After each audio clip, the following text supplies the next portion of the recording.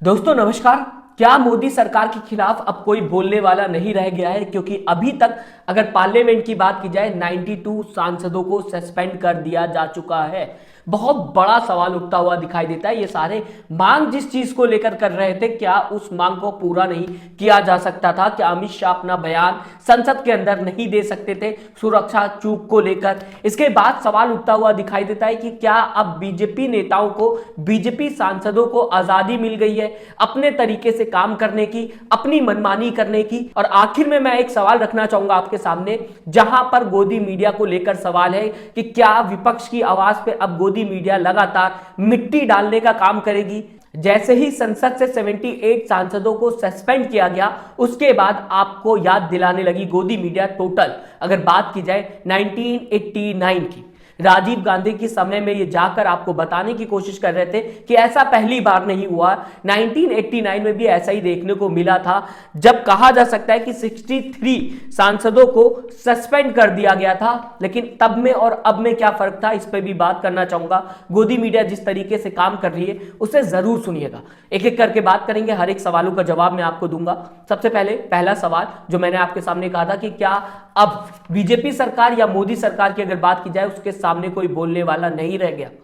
फिलहाल दोस्तों टोटल 78 सांसदों को निलंबित कर दिया गया है, सस्पेंड कर दिया गया है, जिसमें से लोकसभा के 33 सांसद थे और राज्यसभा की अगर बात की जाए 45 सांसद थे।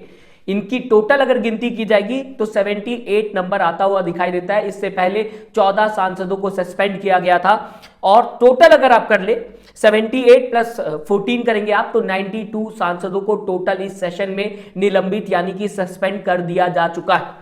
इनकी गलती क्या थी? ये चाह रहे थे, लगातार आवाज उठा रहे थे कि अमित शाह है और बयान दे। जो भी 13 दिसंबर को चूक हुई सुरक्षा में संसद की अगर बात की जाएगी, उसे लेकर ये अमित शाह का बयान चाह रहे थे कि कैसे कोई अंदर आ गया संसद के और कैसे कोई विजिटर्स गैलरी से नीचे कूद गया और स्मोक बम फोड़ दिया। इस पे लगातार विपक्ष के नेता जिनको सस्पेंड किया गया है वो सवाल पूछते हुए नजर आ रहे थे। वो चाह रहे थे कि अमित शाह अपना बयान दे संसद के अंदर कि इतनी बड़ी चूक कैसे हुई सुरक्षा में। साथ ही साथ अगर बात की जाए किसके पास पर ये दो लोग जिन्होंने संसद के अंदर स्मोक बम फोड़ा, जिनको लेकर हंगामा देखने को मिल रहा है, वो कैसे घुस गए, बीजेपी नेता से भी सवाल पूछते हुए दिखाई दे रहे थे। प्रताप सिम्हा के पास पे ये दो लोग एंट्री कर रहे थे और बाहर भी आपने देखा होगा, नीलम आजाद की बात की जाए संसद के बाहर भी वो लगातार कई बातें, कई मुद्दे उठाते हुए नजर आई थी, जिसे लेकर मैंने आपको पहले खबर बता दिया था। तो क्या अब ये सवाल उठता है कि मोदी सरकार के खिलाफ अगर कोई सवाल पूछेगा तो उसे सीधा सस्पेंड कर दिया जाएगा और गोदी मीडिया लगातार मिट्टी डालने की कोशिश करेगी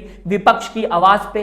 क्योंकि आपने 78 सांसदों को एक साथ सस्पेंड कर दिया। इससे पहले इसी मुद्दे पे 14 सांसद आवाज उठा रहे थे, उन्हें भी सस्पेंड कर दिया गया। बताने की कोशिश की गई कि हल्ला मचाने की, हंगामा करने की कोशिश कर रहे थे, बोर्ड दिखाने की कोशिश कर रहे थे संसद के अंदर, जिसे पूरी तरीके से बैन कर दिया गया था संसद के अंदर। लेकिन सवाल उठता है कि अगर अमित शाह का बयान मांग रहे हैं ये लोग, अगर चाह रहे हैं कि प्रताप सिम्हा के पास पे, विजिटर्स पास की अगर बात की जाए, दो लोग कैसे अंदर घुस गए इसकी जांच होनी चाहिए, तो क्या इनकी बात नहीं सुननी चाहिए? मेरा ये सवाल है। इसके बाद अगर बात की जाए, मैंने आपके सामने दूसरा सवाल रखा था कि क्या बीजेपी नेताओं को पूरी तरीके से आजादी मिल गई है अपने तरीके से काम करने की, अपनी मनमानी करने की? क्योंकि मैं आपको दोस्तों बताना चाहूंगा, बीजेपी सांसद जब भी कुछ करते हैं तो उनको साइड हटाने की कोशिश की जाती है। मैं आज की बात नहीं कर रहा, मैं प्रताप सिम्हा की नहीं बात कर रहा, मैं बात कर रहा हूं रमेश भदौरी की। आप सबने रमेश भदौरी का बयान सुना होगा, संसद के अंदर एक मुस्लिम सांसद को किस तरीके से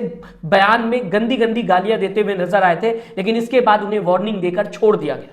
बताने की कोशिश की गई कि ठीक है, अगली बार ये नहीं करेगा, इस बार इसे माफ कर देना चाहिए। इस तरीके से लगातार काम होता हुआ दिखाई दे रहा है, सिर्फ वार्निंग देके छोड़ देना। और दूसरी तरफ महुआ मोहित्रा की अगर बात की जाए, उन्होंने अपनी आईडी और पासवर्ड संसद की जो थी उसे शेयर कर दिया था, जिसके वजह से उन्हें निलंबित कर दिया गया। तो सवाल उठता हुआ दिखाई देता है, जब रमेश भदौरी लगातार गंदी गंदी गालियां, ऐसी गालियां जो रोड पे आप नहीं दे सकते, वो संसद के अंदर देते हुए नजर आते, लेकिन उन्हें सिर्फ वार्निंग दे दिया जाता है। दूसरी तरफ आपको मैंने अभी बताने की कोशिश की 78 सांसदों को सस्पेंड कर दिया गया। वो लगातार आवाज उठा रहे थे, वो कह रहे थे कि अमित शाह को बयान देना चाहिए जो भी 13 दिसंबर को हुआ। लगातार वो जांच की मांग कर रहे हैं, लगातार वो अपना सवाल उठा रहे हैं और इसे लेकर उनके ऊपर एक्शन देखने को मिल रहा है। लेकिन रमेश भदौरी की बात की जाए तो लगातार गंदी गंदी गालियां देते हुए नजर आए। ऐसी गालियां दे रहे थे जो शायद हम और आप डेली लाइफ में यूज नहीं करते होंगे। उसके बाद भी उन्हें सिर्फ वार्निंग दी गई।